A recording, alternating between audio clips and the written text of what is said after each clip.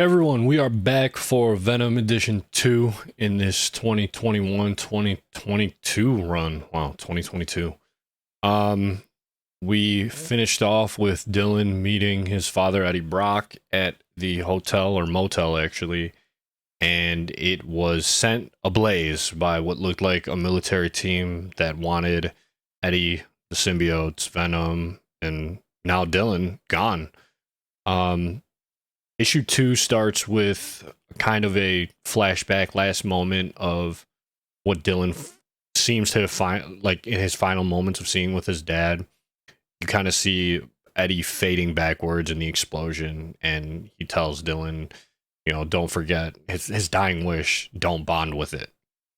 And from there, they bond.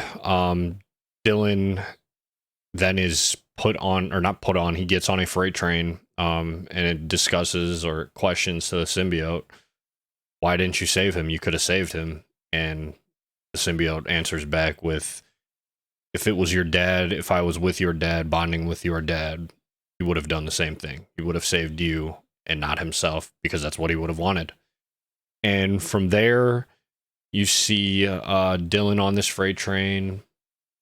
It says about 28 miles from Sacramento.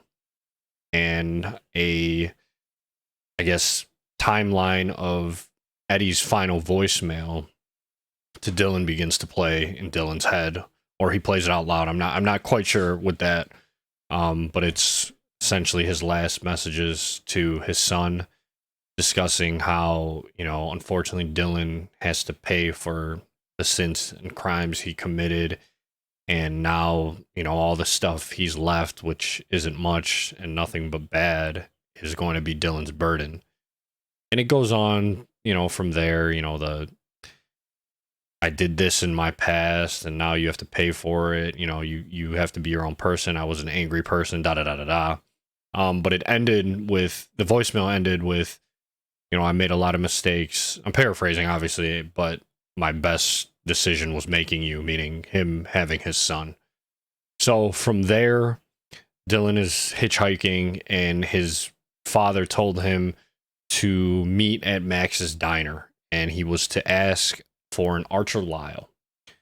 Dylan gets to the diner. He's asked if he's meeting with anybody or if they're waiting for somebody. He said, "Yeah, I have a friend I'm meeting with named allllll," and the hostess there goes, "Never heard of them." And from there, a message on the television comes up in regards to what happened at the motel, and it's the senator, who is the son of former Mayor Wilson Fisk. And they go into a deep discussion, or a deep speech, of why the symbiotes can no longer be allowed to run amok throughout the world, and they've been let off loose, and they've been allowed to just live and exist, but at the same time, they've caused more issues than good. And from there, Dylan leaves the diner, and while leaving, his symbiote animal, dog, turns cat, turns whatever, says, "Need you to get rid of your phone." They could be listening, they could be watching. And when he dumps it, there's somebody looking over his shoulder a few feet back. And then that transitions into Carlton Drake with the senator, discussing his plan to get rid of the symbiotes.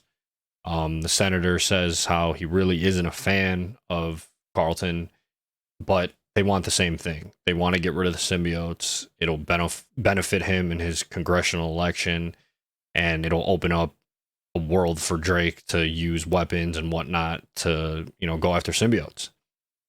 From there, they deep dive talk about why Drake needs the funding, or should be allowed to have the funding to pursue this, to get rid of the symbiotes. And the senator asked Drake, do you have an eye on Dylan and Venom and the symbiote? And he said, we've been tracking him since before the motel. We've been tracking him at the motel.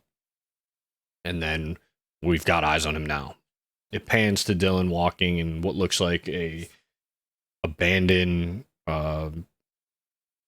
residential or business area, and his symbiote pet says he picks up a scent.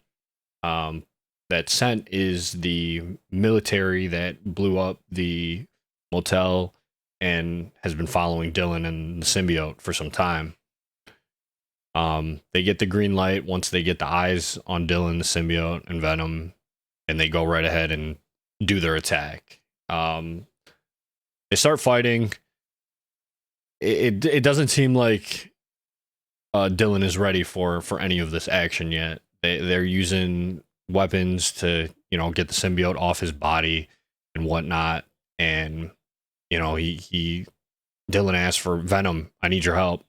So it ends up on a roof fight, and out of nowhere, while both symbiotes, him, his pet, are fighting, a woman figure comes out of nowhere and is kicking ass of this military unit out of nowhere to help them. And Dylan's like, I had this. And she's like, you really had this? They were essentially about to finish you here.